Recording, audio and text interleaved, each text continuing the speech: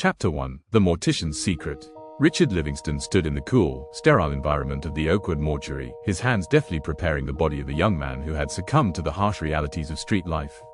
The smell of formaldehyde mingled with the faint scent of flowers from the small arrangements placed by grieving families. Richard's meticulous nature shone through as he gently washed and dressed the corpse, a somber expression masking his true feelings.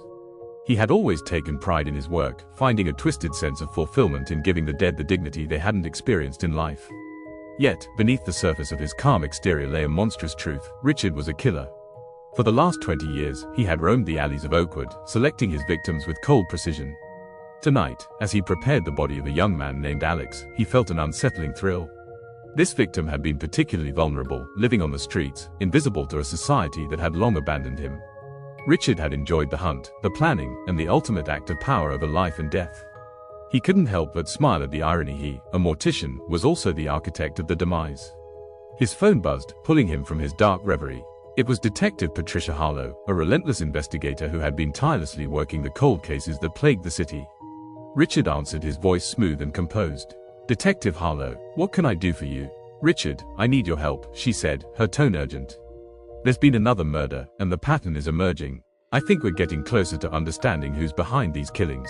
Richard's heart raced, but he maintained his calm facade. "Of course, I'm happy to assist. What do you need?" As they discussed the details of the latest victim, Richard's mind raced. He had to be careful. He couldn't let her get too close if he was to keep the feeling of power and control that granted him what he felt was the right to act and determine just who gets to live and who gets to die.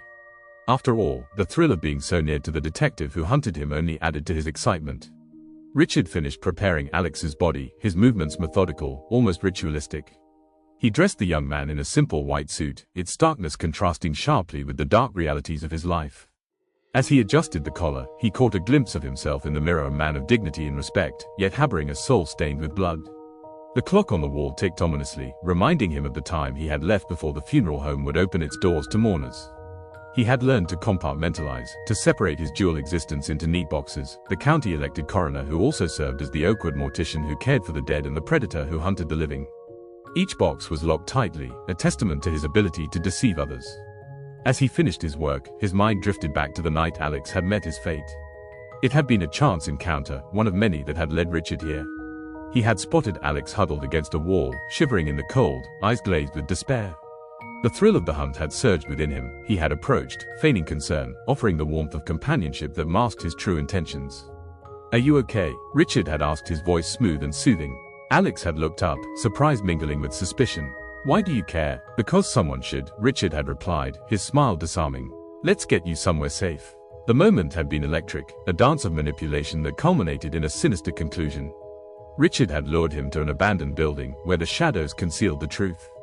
The struggle had been brief but intense, a reminder of the violence that lay beneath his polished exterior.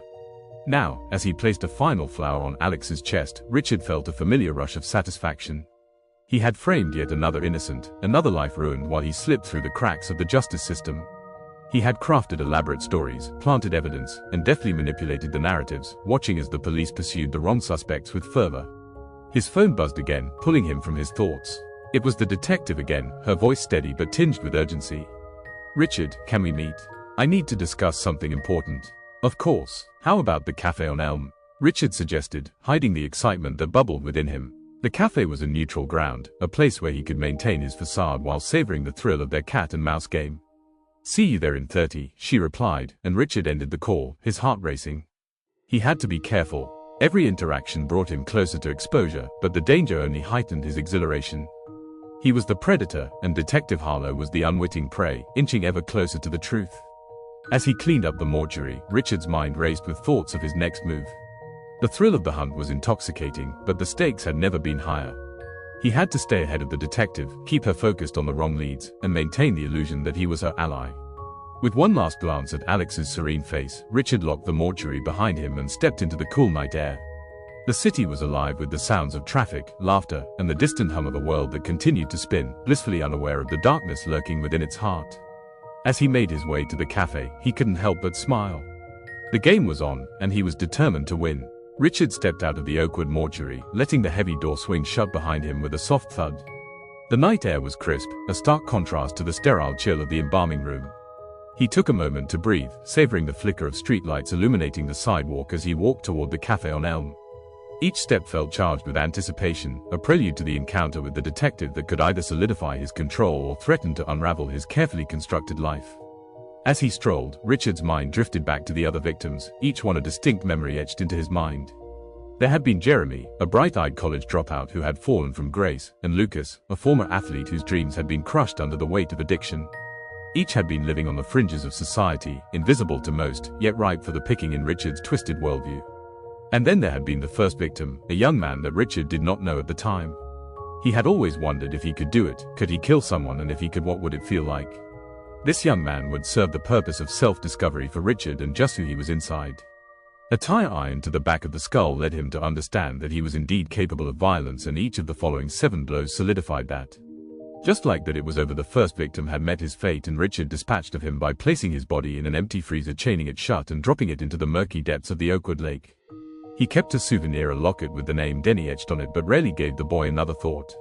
He only thought of the next murderous high. The first boy was only a distant memory.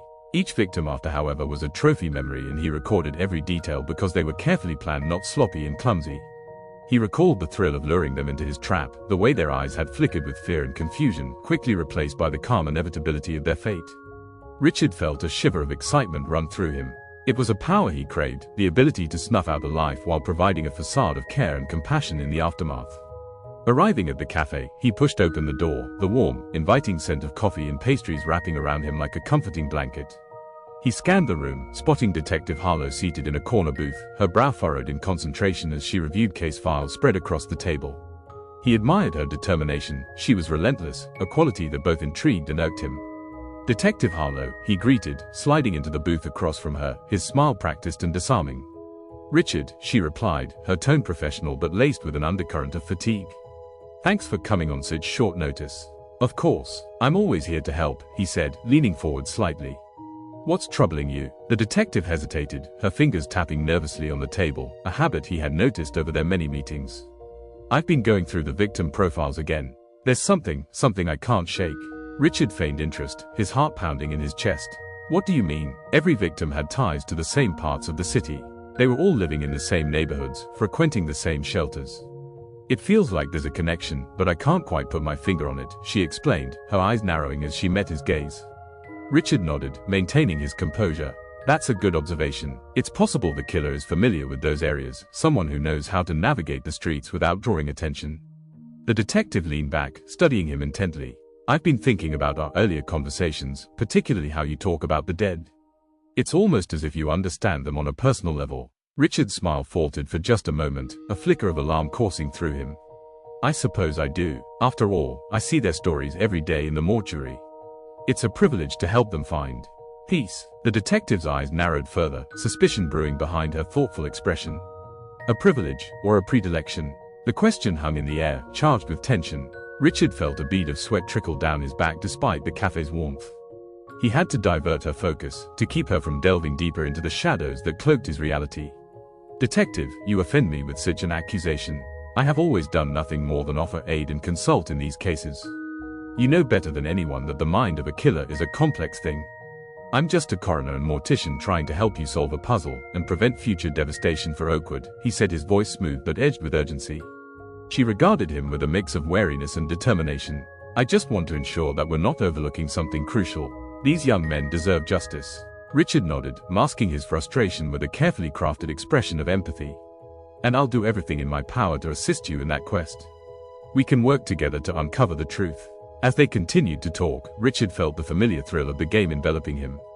He was the puppeteer, and the detective was unwittingly dancing to his tune. Yet, as the conversation progressed, he couldn't shake the sense of being watched, as if the walls of the cafe were closing in, threatening to reveal the darkness he held within. "Let's focus on the evidence we have," Detective Harlow said, pulling out a folder filled with photographs of the victims. "Maybe we can find a pattern." Richard leaned over the table, pretending to examine the images while silently calculating his next move. The stakes were rising, and he had to ensure that the detective remained in the dark about his true identity. He could not allow her to uncover the intricate web of lies he had spun over the years. As the night wore on, he wrapped the conversation around them like a noose, tightening his grip while maintaining the guise of a helpful ally. But as he left the cafe, Richard felt the familiar weight of danger settle on his shoulders. The detective was getting closer, and he couldn't afford to let her pull the thread that would unravel everything he had built. With a heavy heart and a mind racing with plans, Richard stepped back into the night, ready to continue the deadly dance of deception. The thrill of the hunt coursed through him, and he couldn't help but smile as he imagined the next victim, the next story to be fabricated, and the next life to be snuffed out. The game was far from over, and Richard was determined to come out on top.